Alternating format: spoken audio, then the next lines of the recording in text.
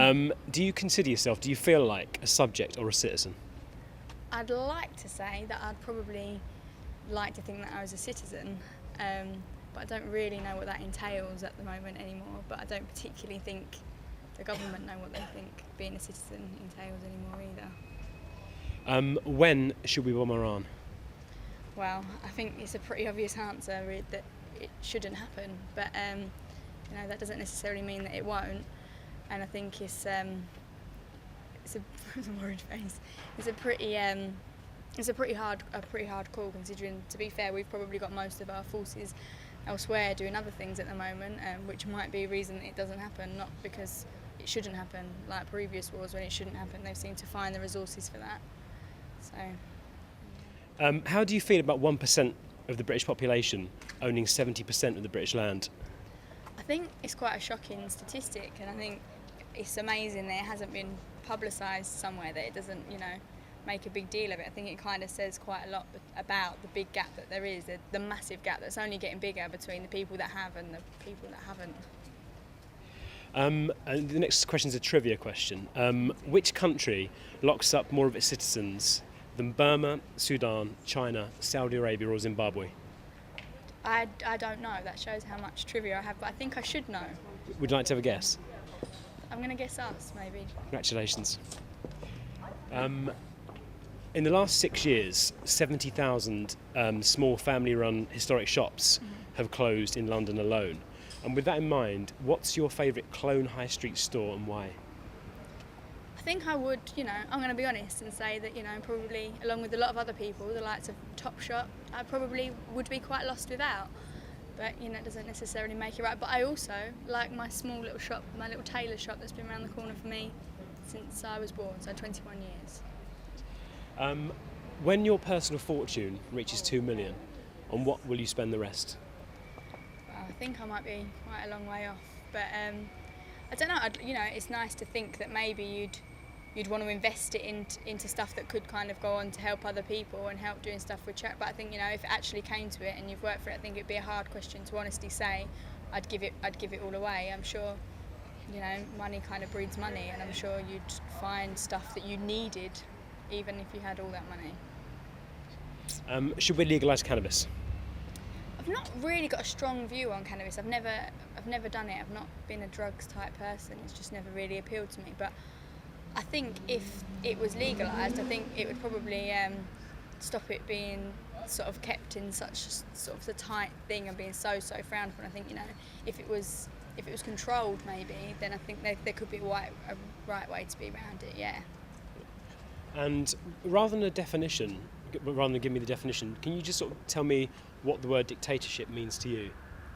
I think dictatorship, if you said it to most people, would be quite sort of, it would be sort of quite a nasty way. It's got quite a negative connotation to it. And I think we'd all quite like to think that we live in a very free society, this, that and the other. But I think there's a massive element of dictatorship amongst the world that we live in, more than people kind of realise. And I see to a certain extent that, people have to kind of be slightly protected from themselves.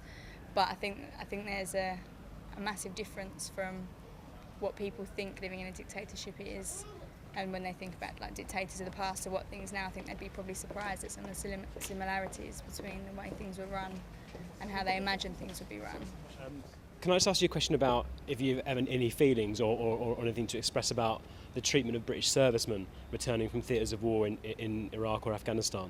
I really, really do. I've been doing a lot with a charity called Help for Heroes, which is supporting our injured servicemen and women, their families, their rehabilitation. I think it is actually disgusting the way that they're being treated, and it's also not in the media. You hear a lot about, people disagreeing with the war for this reason, and there's a lot of anti-war protests and things like that. But these guys, these kids actually, on the whole, and girls that are out there at 18, 19, 20, and people talk about the camaraderie of the past and this, that and the other, and the youth of today being it. The camaraderie is still there, if not more. They're out there looking after each other, fighting for their queen and their country, not for the causes. They're not out there fighting a specific war because that's what they want to be fighting, and then they come back and they're not allowed to wear their uniforms around where they are, and no one's there to sort of support them. And it's disgusting that it's not government-funded rehabilitation centres. I mean, no one's more against the war than the soldiers are. I mean, the conditions that they're living in is just dire. Like, the stuff that they're out there with is something that really, really the people need to kind of wake up to, whether they agree with what they're doing or not. They're still out there doing it.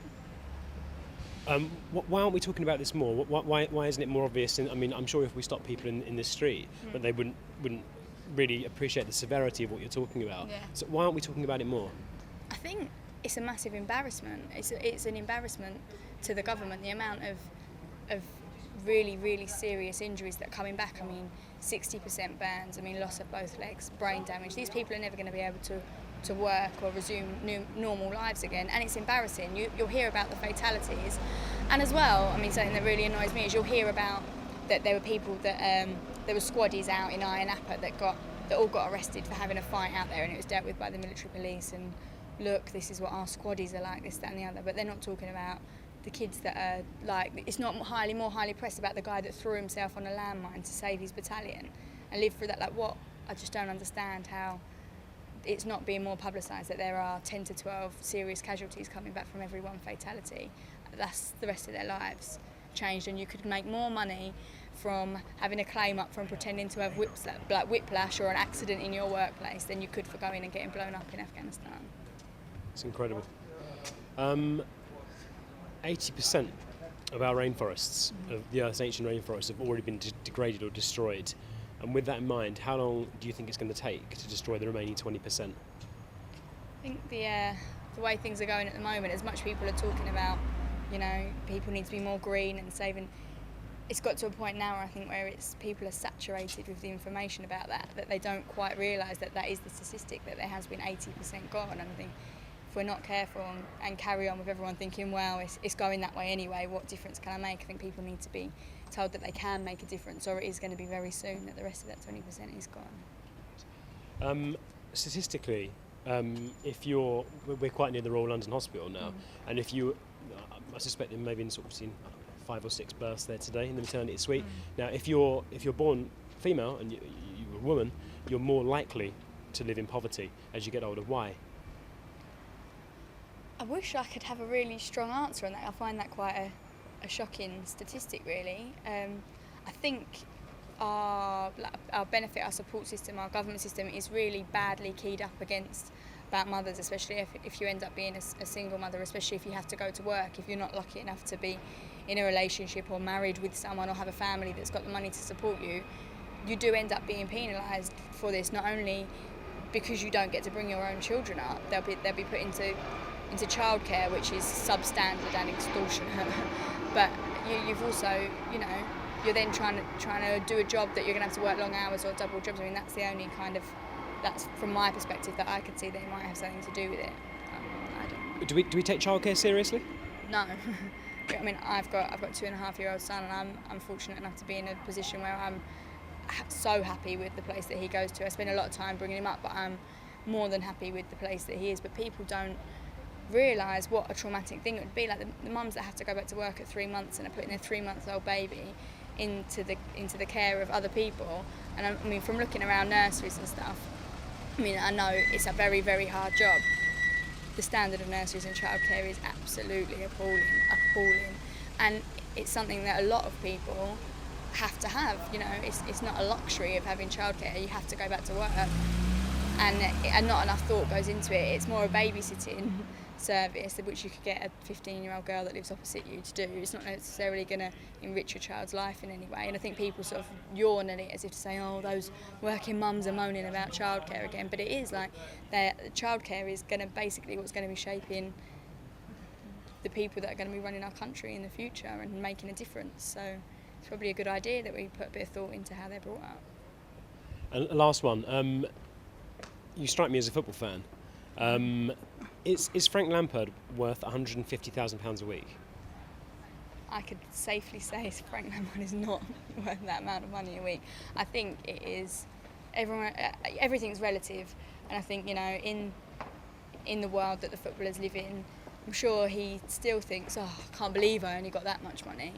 And I don't think it's necessarily their fault individually. I wouldn't say, oh, let's penalise all these Premiership footballers, because they're doing their job and that's the workplace that they're in. But it is criminal, absolutely criminal, that they get paid that amount of money, and our doctors and nurses and firemen and servicemen get paid not even a tiny bit near that. And Ronaldo described himself as a slave. Yeah, well, he can describe himself as a slave all he wants, really. It's slave to having pictures of himself kit off at the moment. That's about it.